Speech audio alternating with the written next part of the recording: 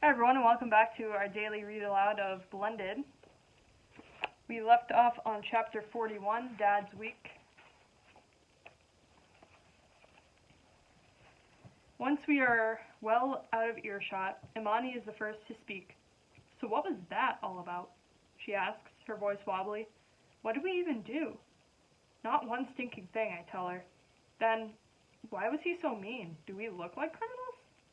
No, we don't. We look like kids. Black kids. Imani's mouth falls open. She leans in, lowers her voice. OMG. Then she frowns. That slushy is freezing in my stomach. Imani breathes in and out, trying to get calm.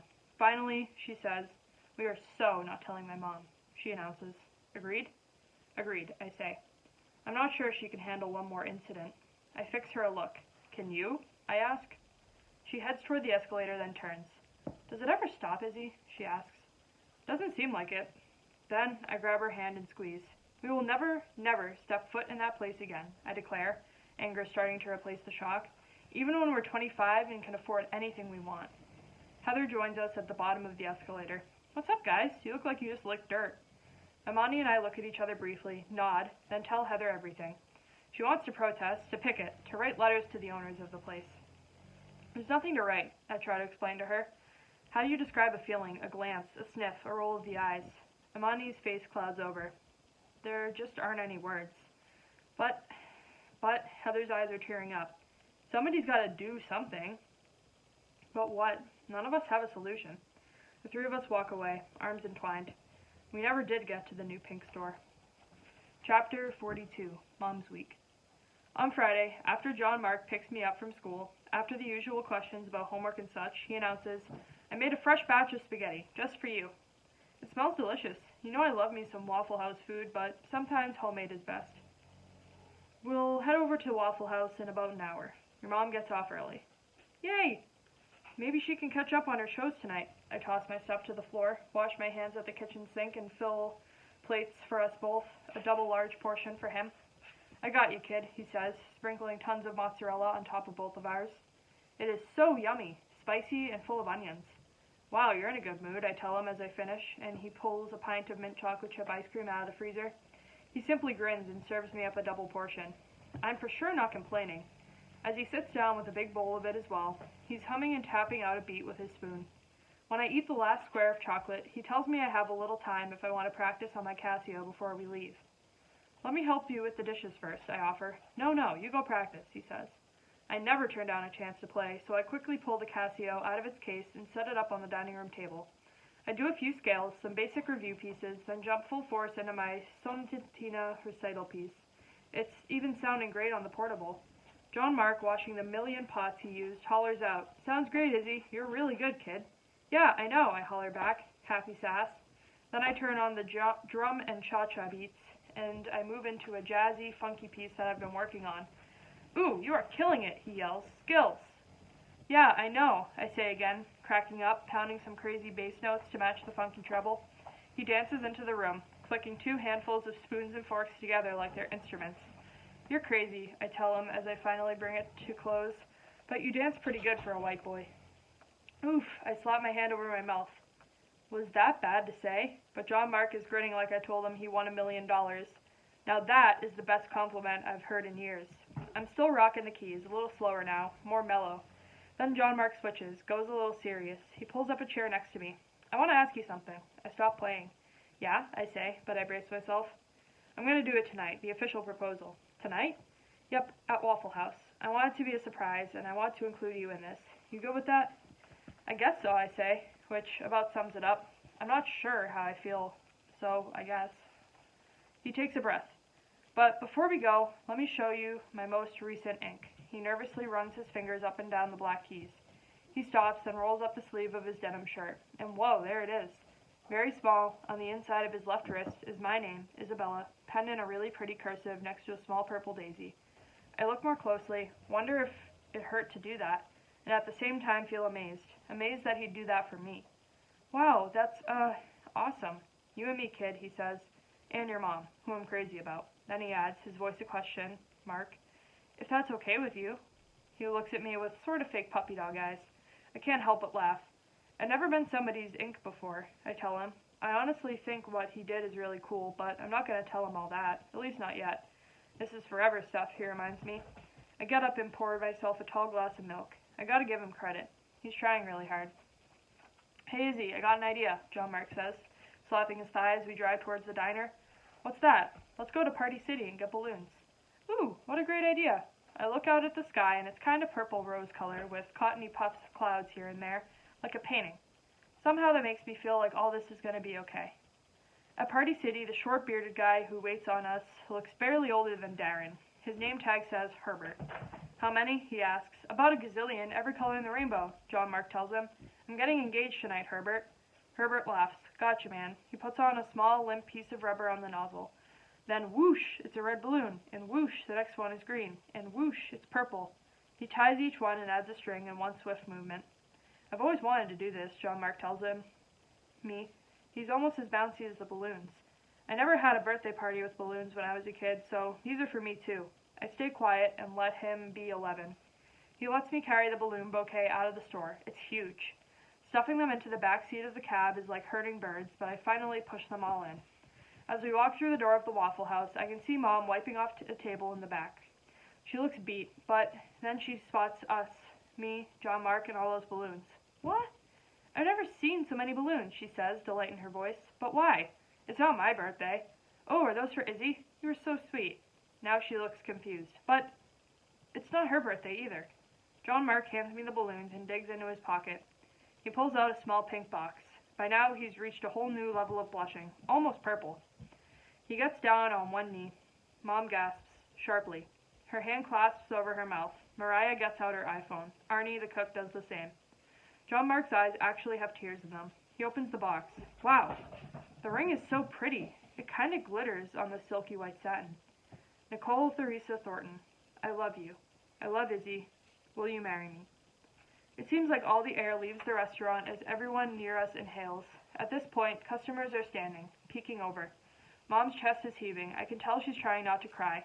Her smile, though, is so huge, so happy, that I feel a surge of happiness for her. But before she answers him, she turns to me. Izzy, is this okay with you? I mean, this will kind of change our lives. I won't do this if you feel funky about it. I mean that. Whoa. Whoa, whoa, whoa. John Mark's proposing to her and she's asking me? I don't hesitate. Go for it, Mom. I want you to be happy. And I really mean it. She reaches over and hugs me. I love you, Izzy. You are my baby girl, now and always, she says into my ear. I squeeze my nose to stifle the sniffle I feel. I'm not going to cry. Now Mom turns to John Mark and says, oh yes, yes, yes. Then he slips the ring on her finger, and then they're hugging each other and hugging me, hugging Lucille, hugging Judy, and random customers are getting hugs. It's a flat-out hug fest. I get so excited I let go of the balloons. About a zillion, red, yellow, blue, purple, and green rubber globes bobble all over the ceiling. Bobbling. Exactly how I feel. Chapter 43, Mom's Week. Random thoughts after the proposal. Do I have to call him Dad? Can he sign my permission slips for school? Will I have to change my name? If I do something wrong, can he punish me? Will he make me eat carrots?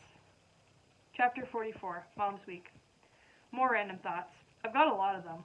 Well, I guess Mom and Dad will never be Mr. and Mrs. again. Truth. I gotta admit, I never stopped hoping, deep down, that they'd somehow get back together, you know? I bet most divorced kids do. My mom is going to be Mrs. Metzger, instead of what I've always known her as, Mrs. Thornton. That's gonna be hard to swallow. I guess my name won't change, but I don't think they can make me if I don't want to do that. But I'm not sure. I really hate the green paint on these walls. Chapter 45, Exchange Day. On Sunday, the mall exchange is practically pleasant. Mom and John Mark hold hands and actually smile at Dad and Anastasia as they pass the weekly torch in front of the Apple store. I'm not quite sure how to tell Dad that Mom is getting remarried. I imagine that would be her job, but I figure he might take it easier if I give him a heads up. I wonder if he'll be happy for her. I wonder if he even cares. But right now, I'm focusing on the sweater Anastasia wants my opinion on after we finished our Cheesecake Factory dinner. We wandered down to Nordstrom. Dad took Darren to Foot Locker. The newest Jordans are out, so we have time to browse. The coral sweater looks beautiful on Anastasia, and I tell her so. And as she's paying for it, I gasp. Off to the side is a black velvet dress. It has short cap sleeves, a rounded neckline decorated with tiny pearls, and a swirly flowing skirt. I touch it and fall in love. "Oh, Anastasia," I murmur, "look at this." She turns to see what I'm talking about, then leaves the counter to join me. "It's just right for the piano recital." She runs her hands across the fabric. "Oh, yes, you're right. It's perfect. You'll look so pretty up there on stage. Run to the dressing room and try it on." I do, and I gotta say, it rocks. Anastasia nods with approval as I flounce out to show her. She tells the clerk to add it to her bill, and I don't stop smiling all the way home. Chapter 46, Dad's Week. Fifi is watching television when I get to my dad's after school on Wednesday. I'm serious. Anastasia leaves on one of the television sets, tuned to the Animal Channel, when we all leave the house. She keeps the volume low. Fifi goes kinda nutty barking if an animal is injured and cries out in pain, but the insane little beast watches it like she's obsessed. Crazy, right? My mother's been obsessing on TV too. I had no idea a channel exists that features nothing but weddings and bridal gowns and honeymoon possibilities, 24/7. Seriously, I once got up to go to the bathroom at midnight and I heard the theme music for Say Yes to the Dress coming from the living room. Wedding gown catalogs and ads for vacation locations arrive in the mailbox every day. How do all these places even know she's getting married? Plus, it turns out that Mr. Kazilli's son is also getting hitched. What is this, a conspiracy? That's good news for him and his son, I guess. Bad news for us, because Mr. K has decided to give us wedding words for vocabulary this week. I'm getting really tired of Mr. Kazilli's passion for words. Is it possible for a kid's head to fill up and just shatter? It's enough I gotta do math and science homework, but this man seems clueless about other teachers or other stuff going on in kids' lives. Does he care that Heather has 2 basketball games this weekend? Or that Imani has the flu? Apparently not. Words rule. The words this time are bouquet, misogamy, boutonniere, limousine, and monogamy. I think he gave us bouquet because it's hard to spell. It's one of those crazy words that doesn't sound like it looks. A boutonniere is a flower that a man wears in the button of his jacket. Darren looks good when he gets dressed up for a dance and wears a boutonniere. He also gave us fiancé and fiancée, 2 fancy French words for the folks who are going to be married. The extra E on the end means it's a girl. French kids must suffer as much as we do when they try to figure out their own grammar. Monogamy means being married to only one person at a time. Makes sense to me. Misogamy means hatred of marriage. I guess that's how my parents felt before they split up. Chapter 47, Dad's Week. I finish my vocab homework in record time and head to the music room. I like when I need the black keys, the flats, and the sharps. They make the music jump out and grab whoever gets to listen. I also like songs in minor keys. They're sad and deep and take me to a mountaintop someplace, with the wind blowing, and a child crying on a cliff, and a wedding in a haunted castle, and an eagle swooping close. Yeah, that kind of messed up piece. When I play, I don't pay attention to the individual notes. The notes become the melody becomes the rhythm is the harmony. Whether I play the blues or boogies, concertos or cantatas, I forget about me. I'm Bach, I'm Beethoven, I'm B.B. King, and the music is me. I'm a 3-year-old in Italy, running through a field of daisies. I'm a turquoise-backed African sunbird, soaring over the desert savanna. The music slips out and shines like gold. I'm a tiger running through the jungle, strong and powerful. I'm a panther, dark and mysterious. I am so strong. I am in complete control of this world. Chords, arpeggios, cadenzas, sharps and flats, major chords, minor scales, harmony. Chapter 48, Dad's Week. It's starting to feel like springtime. The weather is flat out warm this April morning. Me and Imani are sitting on the front steps of the school, sharing a bag of grapes, waiting for the day to happen. Heather gets out of her mom's car and joins us. She's sipping on a fruit smoothie, plus she's got a bag of Twizzlers. We make a space for her between us. "So, how are the wedding plans going?" she asks as she pops the bag of Twizzlers to share. I crush the Ziploc bag of purple grapes until Imani gently takes it away from me. Heather looks at me sideways. "Are you excited? Glad? Upset? Angry?" "I don't know, all of that, I guess." I brush wandering strands of hair from my face. My mom is stupid happy, and that's legit. It's her big day. Imani, always practical, tells me, "Oh, come on, Izzy. Weddings are fun. You get to dress up and do fancy stuff." I execute a perfect eye roll. "It's going to be at the bowling alley. How fancy do you think that's going to get?" We all laugh. "Well," Heather continues, "okay, so a bowling alley, that's different, but you can still dress up. It's a wedding." "Yeah, I guess. At least they're not going to wear bowling shoes and matching shirts, but it's going to take place on lane 2, her lucky lane. Geez. Heather, the ceremony? Me. Yep. Imani, seriously? Me. No joke. Heather, who's invited? Me. John Mark's family. I've met a few of his cousins, but there are piles of them coming in from Michigan and Tennessee and California. He's never been married before. Imani, that should be fun. What about from your mom's side? Me. More cousins. I'll be drowning in relatives I've barely met. Heather. Well, at least you'll have bowling to distract you in case they're boring. Me. Good point. Imani. You gonna have wedding cake and all that? Me. On lane 4. Heather. And flowers? Me. Lane 5. Imani. And a band? We're all about to crack up. Me. Lane 6. Heather. And food? Me. Lane 7. Imani. And drinks? We yell it out at the same time. Lane 8. By now, Heather is laughing so hard that smoothie is coming out of her nose. Imani. And dancing? Me. I don't know. In the parking lot, I guess. And now we're all cracking up. A couple of guys a few feet away are staring. I don't care. So, have they set a date? Saturday, August 11th. That's only 4 months away. No joke. Whose week is that? It's funny, or maybe just plain pitiful, that my friends know that everything I do depends on which week it is. It's the Saturday of a mom week. My friends nod knowingly. Chapter 49, Mom's Week. Today I get out of the truck at exactly the same time as Imani gets out of her mother's SUV. She swings her clip-on ponytail and lopes toward me with a wave. She seems to be relaxed, for the first time in ages. At the same moment, it seems like Clint Hammond is also meandering in my direction. On the tip of the shrinking triangle, I catch eyes with Imani. She notices, nods, and saunters over to another group of girls. His hands stuffed into his jeans pockets, Clint stops just a few paces away from me and leans against the fence. He smells like cinnamon rolls. Maybe that's what he had for breakfast. He's just a little taller than I am. I've honestly never seen anyone with eyes quite so green. Sup, he says to the sky. Nothing much, I manage to reply. He says nothing for a couple seconds. For the life of me, I cannot think of a single thing to say either. I think I saw you at Scatterpin Bowl last week, he finally tells me. Oh yeah? I reply casually. I was with my dad. He's on a team, and they're thinking about moving there for their tournaments. This might end up being kind of interesting. I look up at the sky and say, do you think they'll do it? I think so, yeah. The bowling alley they've been using has gone out of business, and Scatterpin is closer for most of the folks on his team, so I guess yeah. I kick the dirt a little, distracting him, I hope, in case my face is looking too excited. You bowl too?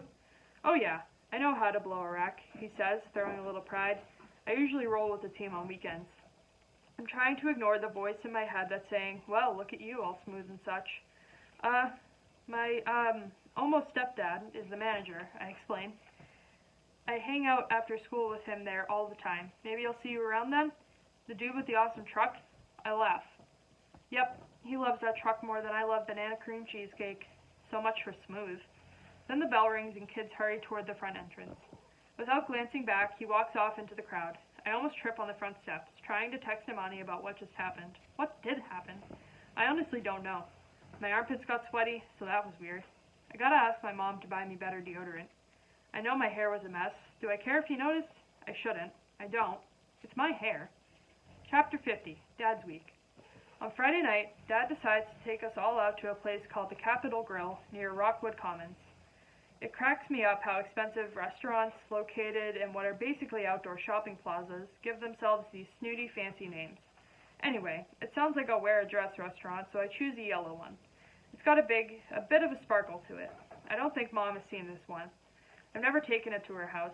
She'd like it, I think, as I twirl around in front of the mirror. Then I smooth and re-smooth my hair, pop a small bow on my ponytail, and squirt on a bit of jasmine-scented body spray. When we walk inside, it's kind of dark, and soft music wafts from the ceiling. Wafts was one of our vocab words last week. It's like a movie star word. Nobody ever really uses it, except me. I think it sounds mysteriously cool. Fresh red tulips and crystal vases sit on white lace dollies on each table. Yep, kind of elegant. Our waiter, who tells us his name is Cornelius, acts like we are movie stars or something. He keeps bowing, being downright obsequious, like really kissing up to us. Obsequious, that was another word last week. I have no idea I'd ever get to use that one. We don't go to ritzy places like this very often, so I order prosciutto wrapped mozzarella as my appetizer, simply because I like the sound of the words. I pass on the soup and the salad and order Chilean sea bass. I like fish, even though it makes my breath stink. I'm really hungry, so I'm glad when my food is delivered. Man, it was delicious, like perfect, like yummy, like some of the best food I've ever tasted. Mr. K would call it delectable. How'd your college interview go at school today, Darren? Dad asks as he sips red wine. Yale. Nice. Was the interviewer impressed with your academic record? Dad is all about the creds. With his mouth full of mac and cheese, Darren nods. I talked to that guy for almost an hour, he tells us. By the end of the interview, he was sending me links for the best places to get food in town and how to get student prices for the movies. Well, that sounds promising, Dad says, full of enthusiasm. Anastasia is positively beaming. I'm so proud of you, Darren, she says. Your father would be so happy. Yeah, I know, Mom. I'm going to do this thing right. I'm actually thinking of going into medicine, be a doctor like Papa was. He cuts into his lamb chop. I don't know much about Darren's father, except he was a heart surgeon, and he was killed in a car accident when Darren was about my age. Anastasia now turns to me. So, how is the recital piece coming? Feeling confident? Yep, music's almost memorized, I reply, probably louder than necessary. Fingers ready. It's the perfect time for Cornelius to bring the dessert menu. I noticed they have cheesecake, but tonight I order something called warm double chocolate cake, which comes with cherries and ice cream. Darren orders the same. Dad and Anastasia both order raspberry tarts. Darren's and my treats are delivered first. For you, miss, Cornelius says to me as he places the dish in front of me. And for your brother. At that, Darren and I exchange looks and then bust out laughing. Seconds later, we dive in. Best chocolate ever. I'm careful not to get any on my yellow dress. When Dad's and Anastasia's desserts are ready, Cornelius brings them on a silver tray. Woven in a circle around the edge of the tray are long-stemmed strawberry red roses. He bows as he sets the platter on the table, then backs away. Wow, I exclaim. Fancy. Then, seemingly from out of the shadows, a thin man in a tuxedo appears at our table. Crooked in his arm is a violin. He begins to play. I know this piece. It's Mendelssohn's Violin Concerto in E minor. It's so pretty, like bird singing. Anastasia looks confused but delighted. This is lovely, she says to my dad. Did you order the music for dessert, Isaiah? What a nice touch. Then she gasps. I see it at the same time she does. The blue velvet box in the center of the silver platter, right between the tarts. She puts her hand to her mouth. She starts to cry. Oh man, here it comes. I did not see this coming. I squeeze my eyes shut. When I pop them back open, nothing has changed. Candle wax is dripping. Ice cream is melting, and my father is getting ready to propose. I smile. In fact, I totally cheese it up. What else can I do? Darren is all teeth and grin. Dad stands up. He picks up the box and opens it. The light from the candles reflects on the diamond. Other diners seem to be looking in our direction. Anastasia Covington McAdoo. I love you. I love your son. You love my daughter. Will you do me the honor of marrying me and making your name even longer by becoming Anastasia Covington McAdoo Thornton? The violinist continues to play. The ice cream on my plate continues to melt. Darren and I give each other a shrug and a high five. Anastasia stands, brushing away her tears. Oh, Isaiah, she croons. She squish hugs Dad. She offers her hand to him. He carefully places the diamond ring on her finger. Oh, yes, yes, yes, she murmurs. People around us are clapping. The boring old men in the paintings that line the walls remain stiff and unsmiling, sort of how a part of me feels. Does that make me an awful human being? I think it does. Alright, and we will leave off there. Tomorrow we'll get our next 20-minute reading, and then we will continue again on Monday, getting back on track with the daily 20 minutes of reading. I hope that you enjoyed, and I will see you tomorrow.